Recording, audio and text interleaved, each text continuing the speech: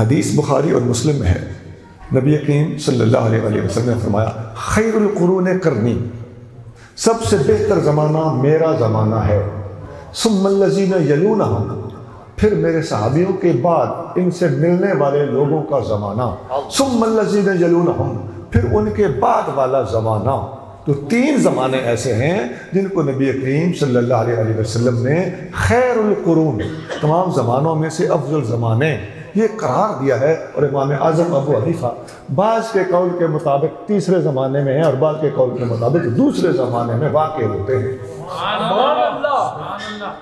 یہ خیر القرون ہے، اور قرآن کی آیت بھی یہاں فٹ ہوتی ہے، وہ جو پہلے میں نے پڑھی تھی، والذین اتبعوہم بإحسان، جن لوگوں نے میرے نبی کے صحابہ کی پیروی کی اور احسان سے پیروی کی، اللہ ان سے راضی اور وہ اللہ سے راضی۔ اور اس حدیث میں یہ آتا ہے کہ میرے نبی کا زمانہ، آقا فرماتے ہیں میرا زمانہ سب سے افضل، پھر اس کے بعد والا زمانہ ان کے بعد افضل، پھر ان کے بعد والا زمانہ ان کے بعد افضل۔ امام اعظم ابو حنیفہ اس آیت کے عموم میں بھی شامل ہیں، اس حدیث کے عموم کے اندر بھی شامل ہیں۔ امام اعظم ابو حنیفہ رحمۃ اللہ علیہ تابعی ہوں یا تبع تابعی، دونوں قول میں نے بتایا ملتے ہیں، اور دونوں نیک لوگوں کے قول ہیں، وہ کوئی مخالفانہ قول نہیں ہے، اپنوں کے ہی قول ہیں۔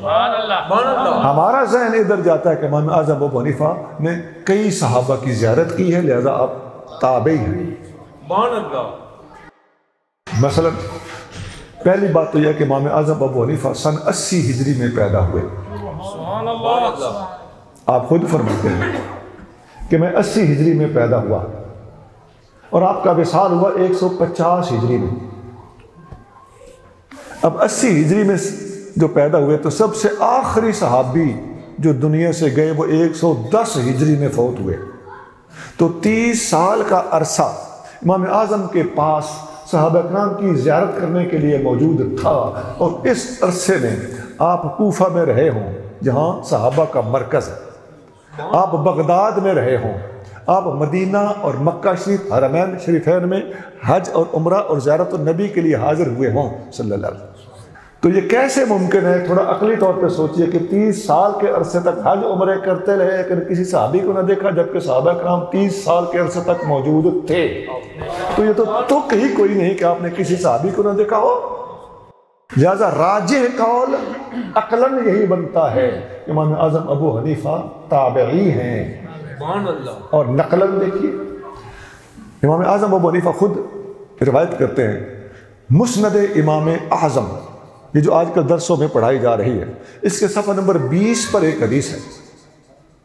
امام اعظم فرماتے ہیں میں 80 ہجری میں پیدا ہوا، میں اپنے والد گرامی کے ساتھ 96 ہجری میں حج کرنے گیا۔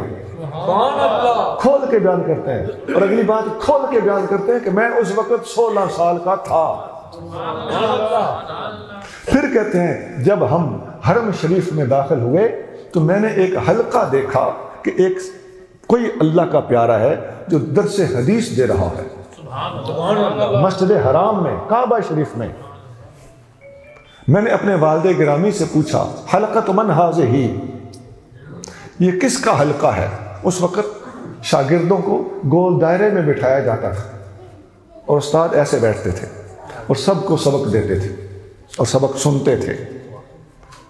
تو امام اعظم کہتے ہیں میں نے اپنے والد ماجد، امام اعظم کا نام ہے نعمان بن ثابت، کہتے ہیں میں نے اپنے والد ثابت سے پوچھا کہ حلقۃ من ھذہ، یہ حلقہ کس کا ہے؟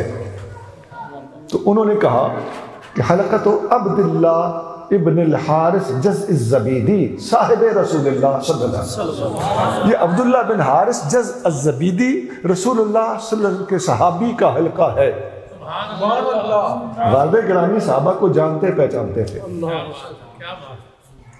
امام اعظم جو کہ نوجوان تھے، والد گرامی کے مقابلے پہ ایک بچے تھے، تو والد گرامی سے رہنمائی لی کہ حلقہ کن کا ہے، تو انہوں نے جب بتایا کہ یہ فلاں صحابی رسول درس حدیث دے رہے ہیں، آپ فرماتے ہیں فتقدمت، میں فوراً آگے بڑھا۔ فا کا معنی ہوتا ہے تعقیب بلا تاخیر، یعنی فوراً، اس کا مطلب بنتا ہے میں نے شوق دیدار میں جست لی اور آگے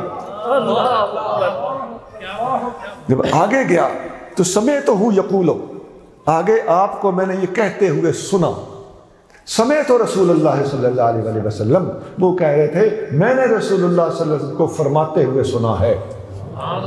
اب امام اعظم نے آنکھوں سے دیکھ لیا، کس کو؟ جس نے رسول اللہ کو آنکھوں سے دیکھا تھا۔ اور وہ کہہ رہے تھے، وہ کہہ رہے تھے کہ رسول اللہ صلی اللہ علیہ وسلم کو میں نے فرماتے ہوئے سنا، من تفقہ فی دین اللہ، جس نے اللہ کے دین کی فقہ حاصل کی، سمجھ حاصل کی، علم حاصل کیا، کفاہ اللہ مہمہ، اللہ تعالیٰ اس کے تمام مشکل کام اپنے دست قدرت میں لے لے گا، خود کفایت کرے گا، اپنے ذمہ کرم پر لے لے گا۔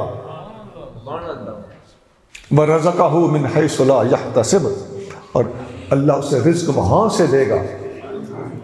دین کا علم حاصل کرنے والے کی مشکلات اللہ خود اپنی کفالت میں لے لیتا ہے، حل کر دیتا ہے، اور اسے رزق وہاں سے دیتا ہے من حیث لا یحتسب، جہاں سے وہ سوچ بھی نہیں سکتا۔